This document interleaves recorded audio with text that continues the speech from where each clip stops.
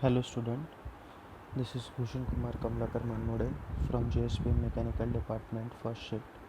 So this is our lecture series for hydraulics and pneumatic subject final year.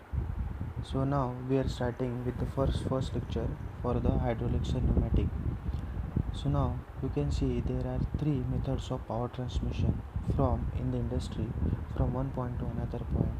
So first method of power transmission, that is mechanical system, second is electrical transmission, and third one is a fluid power. So basically the fluid power, it is a word used for hydraulic system or a pneumatic system. So fluid power involves a liquid or a gas used in a confined space for transmitting power from one point to another point. Next, in the mechanical system, we use generally shaft, gears, chains, or belt for transmitting the power. Similarly, in the electrical system, we use wire or a transformer, and in the pneumatic system, the hydraulic oil or the gas it is used. Then, fluid power is a technology which deals with the generation, control, and transmission of force, movement, mechanical element or a system with the use of pressurized fluid. Both liquids and gases are considered as a fluids, as we know. Fluid power system includes hydraulic system.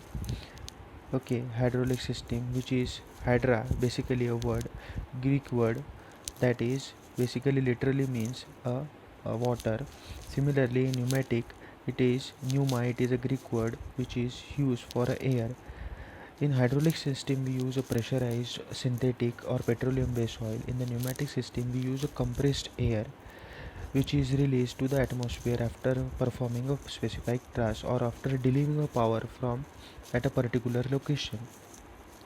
Basically, a fluid power application can be classified on the base, that is stationary system, or the mobile system or moving system. Similarly, in the stationary system, we use a hydraulic power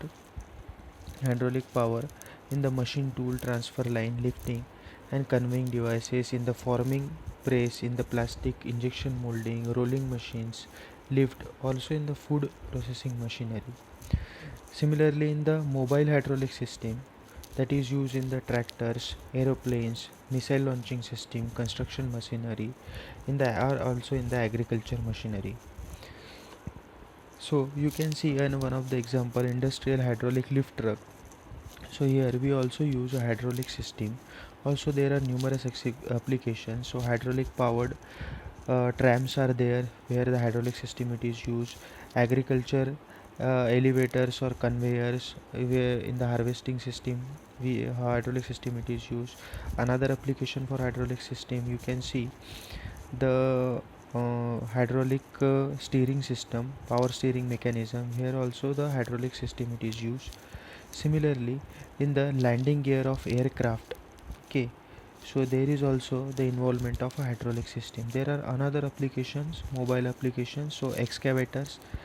So for construction purpose or earth movers, we use the hydraulic excavators, then hydraulic lifting trucks. So these are the basic applications of hydraulic system. Now next see the basic components of any hydraulic system. So it is consist of different components. In that we use a oil tank or a reservoir, filter, pump which is connected to the prime mover, either a motor or IC engine, then pressure regulator, then direction control valve which is having the different positions. That is, let us consider here, you can see the three different positions are there, 1, 2 and 3.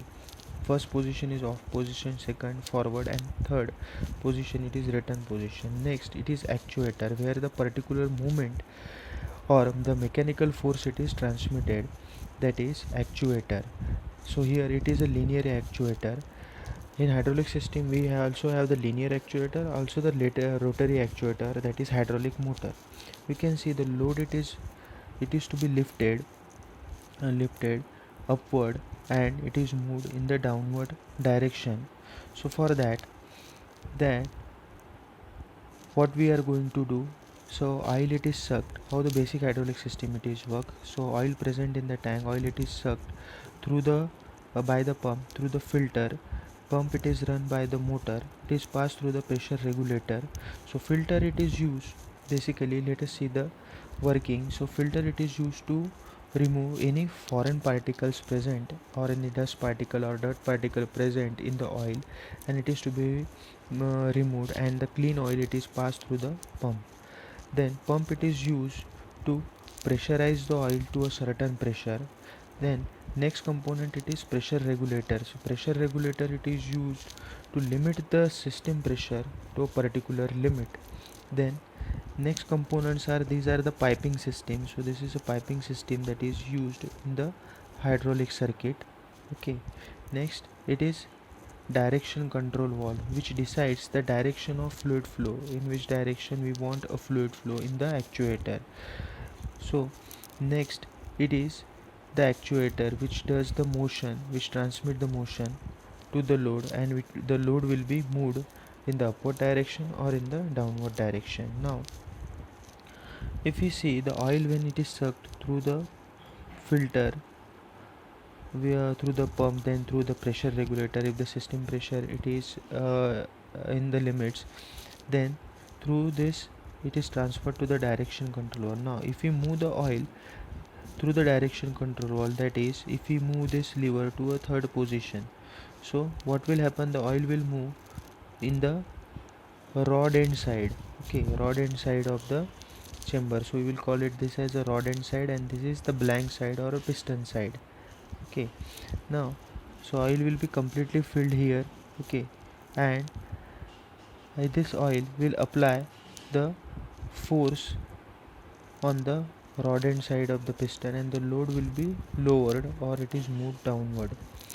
Similarly, whatever the oil present in the previous stroke, that has to be moved, and it is taken to the reservoir tank or the oil tank back.